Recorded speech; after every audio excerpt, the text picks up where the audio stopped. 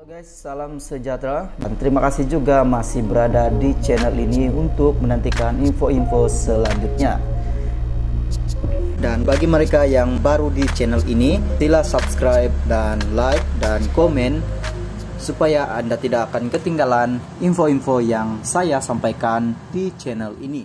Berita hari ini saya kongsikan kepada Anda daripada berita harian. Tiada apa nak sorokkan Tengku Zafrul.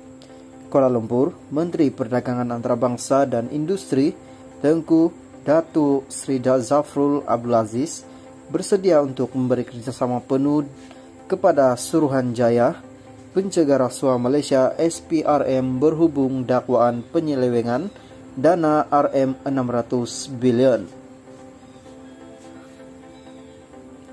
Tiada apa nak diserokkan, setakat ini SPRM belum hubungi saya, sekiranya dihubungi saya akan beri kerjasama penuh, katanya dalam satu hantaran di Twitter beliau hari ini.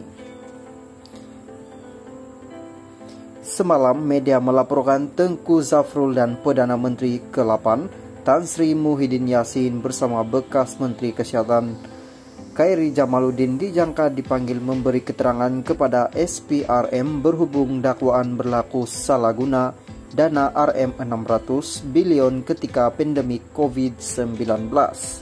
Ketika pentadbiran Muhyiddin sebagai Perdana Menteri, Tengku Zafrul dilantik sebagai Menteri Keuangan. Khairi, yang juga Menteri Sains dan Teknologi pada permulaan pentadbiran Muhyiddin, kemudiannya bertukar portofolio itu dengan Datuk Dr. Adham Ababa sebagai Menteri Kesihatan. Terdahulu, Perdana Menteri Datuk Seri Anwar Ibrahim berkata, pegawai Kementerian Keuangan mengesahkan bahawa ada pelanggaran serius prosedur berhubung dakwaan pembelanjaan hampir 600 bilion ketika pentadbiran kerajaan diterajui Muhyiddin. Terdahulu, Muhyiddin dilapor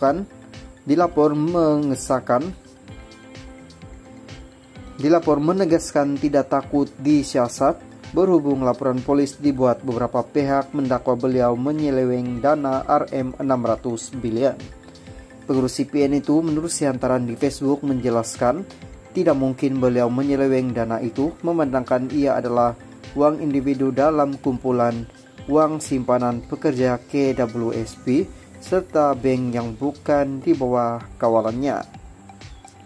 Beliau yang juga Presiden Bersatu juga menyatakan tidak pasti bagaimana angka 600 bilion itu dipetik jikapun ia merujuk kepada 8 piket rangsangan ekonomi diumumkan ketika menerajui kerajaan yang semuanya berjumlah RM530 bilion.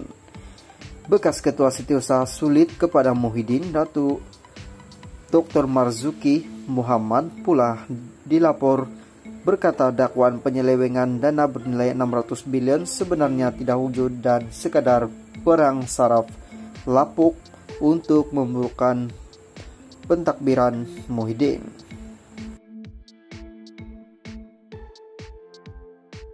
Halo guys, salam sejahtera dan terima kasih juga masih berada di channel ini untuk menantikan info-info selanjutnya. Dan bagi mereka yang baru di channel ini, sila subscribe dan like dan komen supaya Anda tidak akan ketinggalan info-info yang saya sampaikan di channel ini. Berita hari ini saya kongsikan kepada Anda daripada berita harian. Hadi Awang sedia lawan di mahkamah. Kuala Lumpur, Presiden PAS Tan Sri Abdul Hadi Awang sedia diheret ke mahkamah selepas disiasat polis kerana didakwa mengeluarkan kenyataan berburu fitnah terhadap Pakatan Harapan. Saya memberi kerjasama yang sepenuhnya kepada polis dan bersedia untuk tindakan selanjutnya, sama ada ke mahkamah atau sebagainya. Ini giliran saya lah disiasat dan saya nampak kerajaan baru ini sangat proaktif. Saya minta supaya giliran pihak lain yaitu PH yang mengeluarkan kenyataan menyentuh umat Islam juga disegerakan disiasat sama Kita tunggu dan lihat, katanya kepada pemberita hari ini.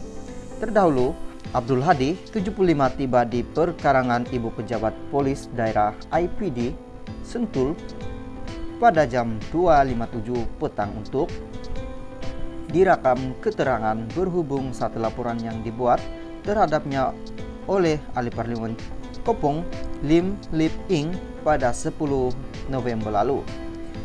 Lip Ing yang juga setiausaha di EPI wilayah Persekutuan Kuala Lumpur mendakwa Abdul Hadi mengeluarkan kenyataan blur fitnah terhadap PH yang mengaitkan PH dengan fahaman komunis, anti raja serta anti Tuhan dalam ceramah pilihan raya lalu. Sementara itu, Peguam Abdul Hadi Wan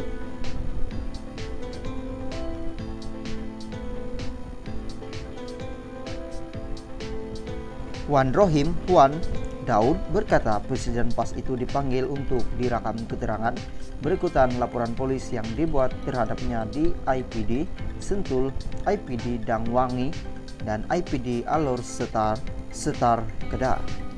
Terdapat beberapa lagi laporan polis dibuat terhadap Presiden PAS Abdul Hadi dan jumlahnya tidak dapat dipastikan. Siasatan polis dijalankan mengikut Section 505 Kunun Keseksaan dan Section 233 Akta Komunikasi dan Multimedia 1998 katanya. Halo guys, salam sejahtera dan terima kasih juga masih berada di channel ini untuk menantikan info-info selanjutnya. Dan bagi mereka yang baru di channel ini, sila subscribe dan like dan komen supaya Anda tidak akan ketinggalan info-info yang saya sampaikan di channel ini. Berita hari ini saya kongsikan kepada Anda daripada Berita Harian. 183 ahli Dewan Rakyat hadir taklimat.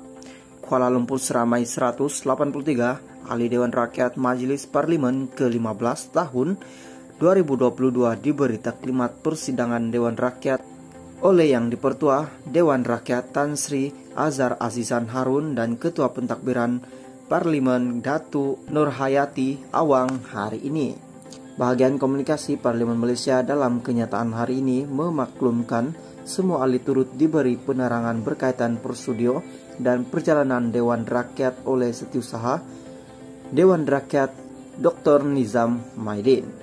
Turut hadir pada taklimat yang diadakan di Dewan Bangunan Parlimen ialah Timbalan Perdana Menteri yang juga Menteri Perdagangan dan Komoditi Datuk Seri Fadila Yusof serta pegawai kanan Parlimen. Parlimen Malaysia mengalu-alukan kehadiran semua ahli Dewan Rakyat Malaysia Parlimen ke-15 dan ucapan tahniah atas kejayaan untuk melaksanakan